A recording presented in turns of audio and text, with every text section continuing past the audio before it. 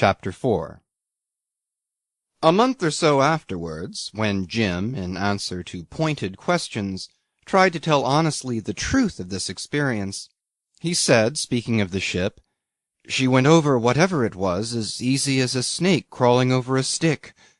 The illustration was good. The questions were aiming at facts, and the official inquiry was being held in the police court of an eastern port. He stood elevated in the witness box, with burning cheeks in a cool, lofty room.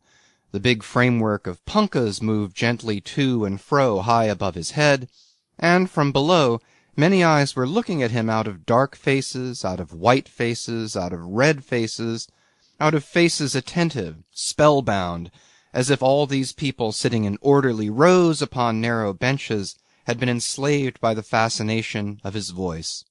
It was very loud. It rang, startling in his own ears.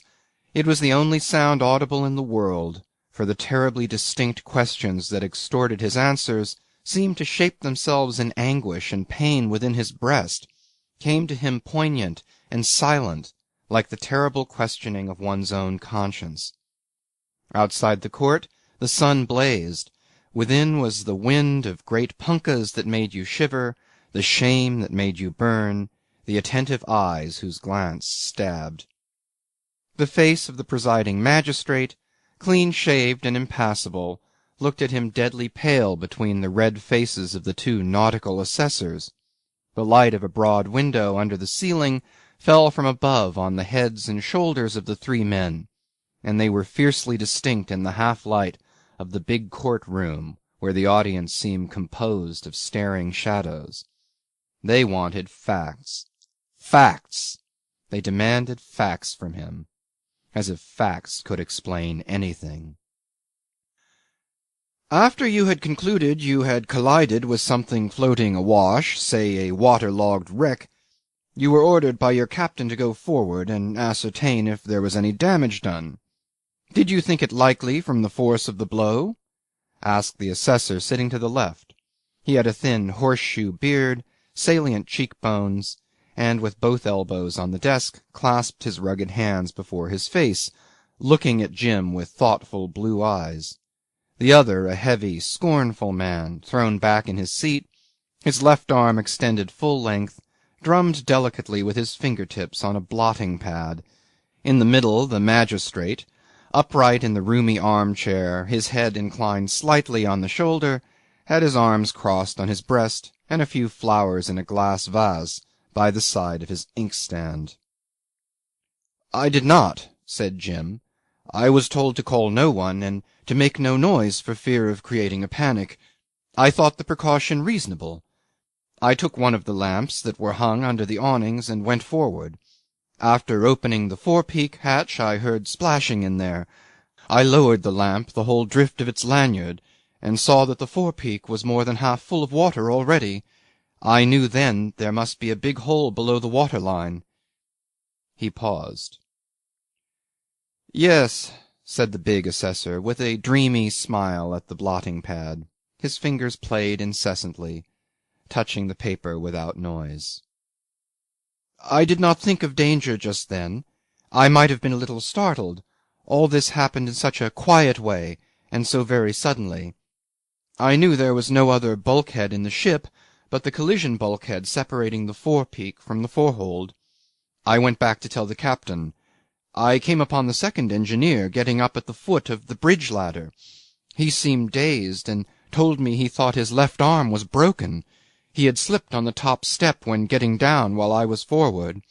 He exclaimed, 'My God, that rotten bulkhead'll give way in a minute, and the damned thing will go under us like a lump of lead.'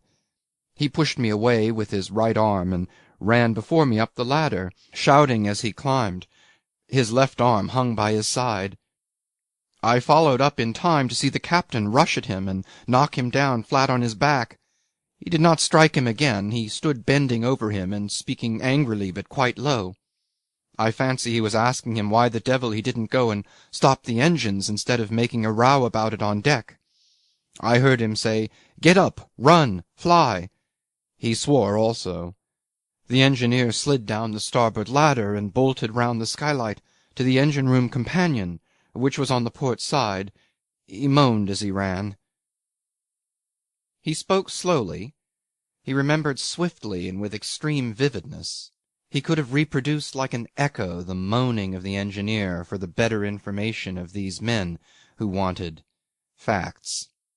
After his first feeling of revolt he had come round to the view that only a meticulous precision of statement would bring out the true horror behind the appalling face of things.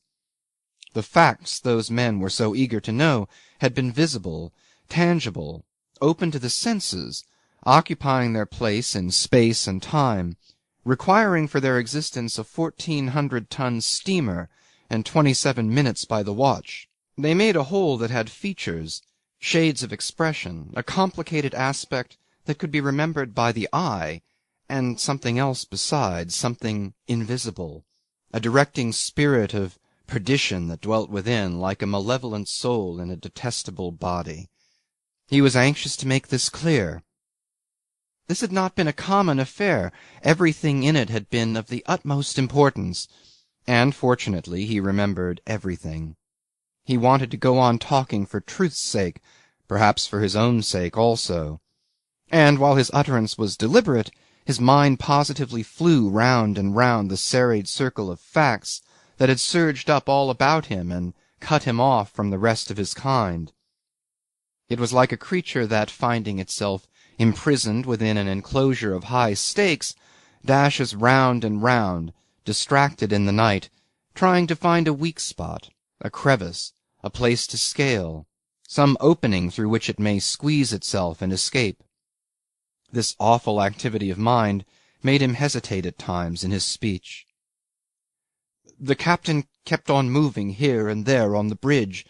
He seemed calm enough, only he stumbled several times, and once as I stood speaking to him he walked right into me as though he had been stone blind.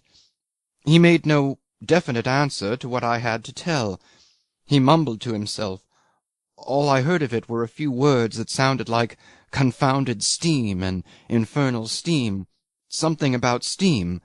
I thought—" He was becoming irrelevant. A question to the point cut short his speech, like a pang of pain, and he felt extremely discouraged and weary. He was coming to that, and now, checked brutally, he had to answer by yes or no. He answered truthfully by a curt, "Yes, I did," and, fair of face, big of frame, with young gloomy eyes, he held his shoulders upright above the box, while his soul writhed within him. He was made to answer another question so much to the point, and so useless, then waited again. His mouth was tastelessly dry, as though he had been eating dust, then salt and bitter, as after a drink of sea-water. He wiped his damp forehead, passed his tongue over his parched lips, felt a shiver run down his back. The big assessor had dropped his eyelids, and drummed on without a sound, careless and mournful. The eyes of the other above the sunburnt, clasped fingers seemed to glow with kindliness. The magistrate had swayed forward, his pale face hovered near the flowers. Then, dropping sideways over the arm of his chair, he rested his temple in the palm of his hand. The wind of the punkahs eddied down on the heads, on the dark-faced natives wound about in voluminous draperies, on the Europeans sitting together very hot and in drill suits that seemed to fit them as close as their skins, and holding their round pith hats on their knees, while, gliding along the walls, the court peons, buttoned tight in long white coats, flitted rapidly to and fro, running on bare toes, red-sashed, red turban on head, as noiseless as ghosts, and on the alert like so many retrievers. Jim's eyes, wandering in the intervals of his answers, rested upon a white man who sat apart from the others, with his face worn and clouded, but with quiet eyes that glanced straight, interested and clear. Jim answered another question, and was tempted to cry out, "What's the good of this? What's the good?" He tapped with his foot slightly, bit his lip, and looked away over the heads. He met the eyes of the white man. The glance directed at him was not the fascinated stare of the others. It was an act of intelligent volition. Jim, between two questions, forgot himself so far as to find leisure for a thought. This fellow, ran the thought, looks at me as though he could see somebody or something past my shoulder. He had come across that man before, in the street perhaps. He was positive he had never spoken to him. For days, for many days, he had spoken to no one, but had held silent, incoherent, and endless converse with himself, like a prisoner alone in his cell, or like a wayfarer lost in a wilderness. At present he was answering questions that did not matter, though they had a purpose, but he doubted whether he would ever again speak out as long as he lived. The sound of his own truthful statements confirmed his deliberate opinion that speech was of no use to him any longer. That man there seemed to be aware of his hopeless difficulty. Jim looked at him, then turned away resolutely, as after a final parting. And later on, many times, in distant parts of the world, Marlowe showed himself willing to remember Jim, to remember him at length, in detail, and audibly. Perhaps it would be after dinner, on a veranda draped in motionless foliage and crowned with flowers, in the deep dusk speckled by fiery cigar ends. The elongated bulk of each cane chair harboured a silent listener. Now and then a small red glow would move abruptly and, expanding, light up the fingers of a languid hand, part of a face in profound repose, or flash a crimson gleam into a pair of pensive eyes, overshadowed by a fragment of an unruffled forehead. And with the very first word uttered, Marlowe's body, extended at rest in the seat, would become very still, as though his spirit had winged its way back into the lapse of time and were speaking through his lips from the past. End of chapter 4.